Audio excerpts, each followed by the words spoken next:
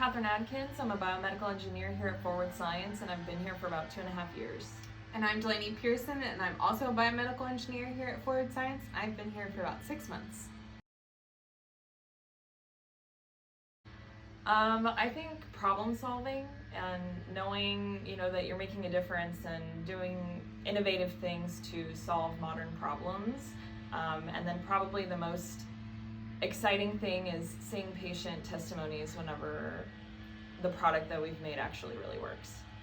Yeah, probably the challenges, like getting a breakthrough through a challenge it's hard, but it's really exciting.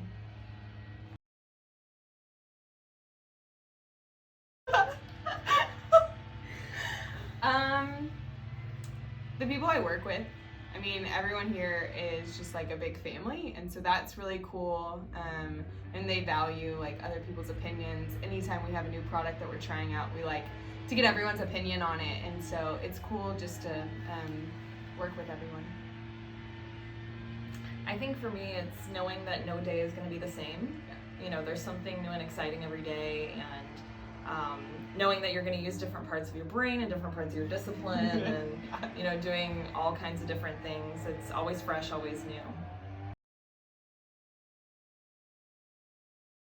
Honestly, products like they change and they become hard at certain times, and so like they've all been great, but it's also like if you were to ask me today, I'd probably have a favorite, and then tomorrow one will fail and another one will have a favorite. So yeah, I think for me, my favorite product was probably Orthopedic, because it was my first baby whenever I was here and whenever I first started, and we've gone through lots of things of trying to perfect it and make it better, and I just feel like it's been a constant challenge, been a constant project, and seeing some results is really exciting after you work hard on it. So it's my favorite one. Yeah. Probably one of our newest products, when we had to make like 20 formulations in one day, and then everything failed, and so it's like, okay, we'll try again. It's like a lot of work you put into it, and then it fails. But I always think of Thomas Edison, where he's like, I haven't failed yet. I've just found 10,000 ways that don't work. So it is sometimes exhausting, but I guess one day I was, there's this specific method we have to use in order to be very careful with a chemical that we're putting into one of our new products. And we have to be, super careful with it because it's really delicate. And I remember I messed it up 5 times in a row. And every time I do it, it takes probably another 15 minutes of work. So yeah. I messed it up 5 times in a row. I got so frustrated. And I'm putting it in a plastic jar, and I just chucked it across the room. Probably everyone heard it crash, but I was just threw it in the trash and cleaned up the mess. I was like, okay, I'm good. Now we can start again.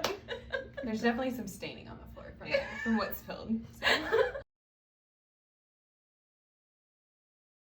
When we got through the results, yeah. The first time we made our new product work, I thought we were all just gonna cry. Yeah. I think Brian shed a tear. I think he did. He was so happy. I remember. Yeah, that was a really big moment. Whenever one of the new products we're working on finally got there. Actually, it's probably the new product that we're working on. Yeah. That I started from scratch. Orthopedic was starting in the works whenever I got here, so there was a concept there, but this one was from the bottom. And seeing it flourish and about to be released. Yeah. It really, really warms my heart. Sweet. Learn how to fail. Yeah. Because if I went through college thinking that I needed to have a 4.0 all the time and do perfect on tests and, do all that, but until you get in the real world, you only see it on paper.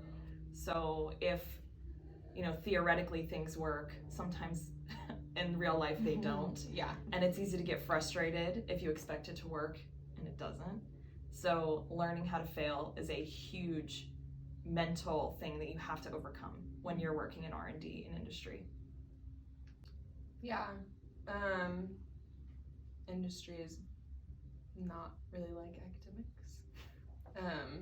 And just yes, you learned a lot in engineering school and it's all helpful, but there's going to be a very small subset of what you're going to use every day, and just use the people around you, use the people you've met, use anyone that has knowledge to come up with concepts. I know I was really worried about like, oh, I should probably know this from engineering school. And when you get to industry, yes, you're expected to have a base of knowledge, but like you're also expected to know how to reach out and figure out answers, whether it's Google or some PhD, you know. And so just learning that like you don't need to know it all, but you need to figure out how you can learn it.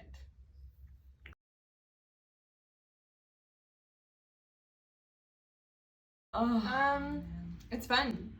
It's fun and frustrating all at the same time, and you're kind of exhausted at the end of the day, but I get all my steps in, so that's really good.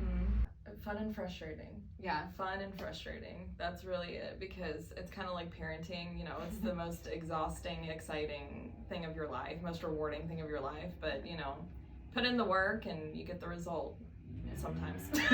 Yeah, not all the time, but we'll get there, and that's challenging, but it's a lot less of what people actually think we do, but more of just being creative and trying new things, and a lot of laughter. A lot of laughter. That's what gets us through our days. Yep.